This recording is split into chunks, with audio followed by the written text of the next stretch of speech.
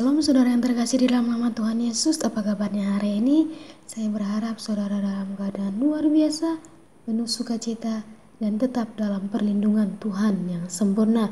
Kembali bersama dengan saya Ayu Lestari Malau dari channel Khotbah Pendeta. Pada kesempatan kali ini kita akan mendengarkan sebuah kesaksian dari saudara kita yang telah percaya kepada Tuhan Yesus dan telah mengalami kuat kuasa Tuhan. Dan melalui kesembuhan yang Tuhan berikan kepadanya, imannya semakin dikuatkan, imannya semakin diteguhkan. Mari kita saksikan videonya bersama-sama. Kemudian saya mulai menangis selama 3 hari ke depan. Saya mulai menangis, saya lahir baru, saya lahir kembali. Dan saya tahu dia membuka pintu kasih bagiku yang demikian saya impikan selama hidup saya. Tuhan yang begitu saya impikan selama saya masih anak-anak, sekarang ada di dalam diriku. Sebelumnya Roh Kudus hanya sebuah pemikiran asing. Setelah itu Roh Kudus ada di dalam diriku, ada di dalam hatiku. Roh Kudus mengarahkan aku, memimpin aku dengan suatu cara yang saya tidak bisa katakan. Hal itu sungguh luar biasa.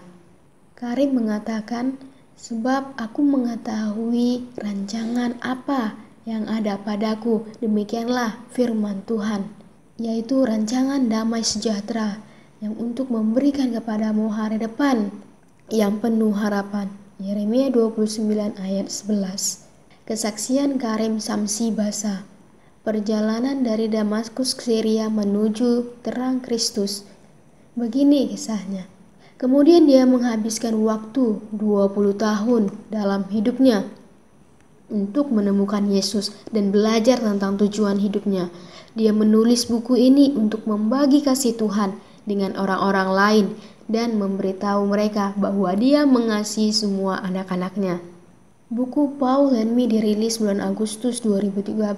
Selain berisi perjalanan pribadi Samsi Basa sampai dia menemukan Tuhan, buku ini juga memuat beberapa sudut pandang teologi mengenai Paulus, mantan penganiaya orang Kristen yang akhirnya bertobat dalam perjalanan menuju Damaskus, kota kuno yang terletak di Suriah.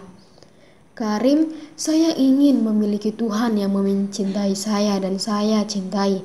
Akan tetapi Tuhan di dalam Islam, kamu mencintai dia dan dia mencintai kamu, tetapi keselamatan tidak dijamin. Kamu takut dengan Tuhan. Tuhan begitu kuat. Saya sholat 5 kali sehari. Saya berangkat ke masjid sebelum matahari terbit. Saya berpuasa di bulan Ramadan, katanya. Karim Samsi Basa dibesarkan di kota Damaskus, Syria dari keluarga Muslim Syiah dan dia tidak pernah terpikir untuk berpindah keyakinan. Sahabat karibnya adalah seorang Kristen dan keduanya sering mengunjungi rumah masing-masing dan mereka banyak berbincang dan berargumentasi tentang agama. Meskipun begitu, iman mereka tidak goyah dan tetap memeluk kepercayaan masing-masing. Diam-diam dia mempunyai keingintahuan mengenai Tuhan yang penuh kasih dari teman Kristennya itu. Tuhan di dalam kekristenan yang diceritakan teman saya Munir adalah Tuhan yang saya impikan pada saat saya berumur belasan tahun tersebut. Saya memiliki kebebasan di dalam diri Munir yang tidak aku miliki. Tetapi saat itu saya begitu takut, bahkan berpikir pun saya tidak berani, katanya.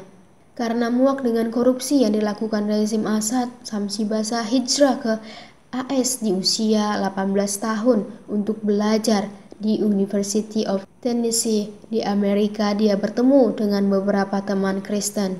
Teman saya pernah berkata kepadaku, apakah kamu mau menjadi Kristen? Kemudian saya menjawab, tidak mau, saya tidak bisa, saya bisa dibunuh. Melakukan hal itu di dalam Islam adalah sesuatu yang menakutkan, akibatnya besar sekali, katanya. Setelah kuliah dia bekerja sebagai jurnalis foto profesional di media lokal Birmingham, Alabama. Dia lalu menikah dan punya seorang putra dan lalu tinggal di Birmingham, Alabama. Ketika meliput kebakaran di sebuah gereja, Samsi jatuh pingsan di lapangan parkir tahun 1992 dan gangguan saraf di otaknya membuatnya lumpuh sehingga dia koma selama hampir sebulan. Seketika saya merasa sakit kepala. Saya terpaksa menutup mata saya karena mata saya rasanya mau keluar. Saya berteriak dan jatuh ke tanah. Kemudian saya pingsan selama 3 minggu. Saya koma, jelas Karim. Penjelasan dokter Nancy yang adalah dokter terapinya, apa yang terjadi adalah selaput otaknya atau pembuluh darah otaknya lemah dan darah keluar dari pembuluh darah itu. Maka daerah itu menjadi terluka. Hal itu bisa mengakibatkan seseorang menjadi koma selamanya, lumpuh selamanya. Kalau tidak segera ditangani, maka hal ini bisa mengakibatkan kematian. Dokter mengatakan kepada Karim, hanya sedikit sekali orang yang bisa sembuh seperti kamu. Kamu harus menyelidiki mengapa kamu bisa selamat. Perkataan dokternya itu memulai perjalanan hidup Karim selama 20 tahun untuk mencari jawaban, sehingga akhirnya Samsi Basa bertemu dengan Yesus Kristus. Setelah sebulan menjalani terapi, Samsi akhirnya pulih dengan cara yang dia sebut keajaiban. Karim mengatakan, saat dokter Nancy mengatakan bahwa sembari memegang pundak saya, kamu harus menyelidiki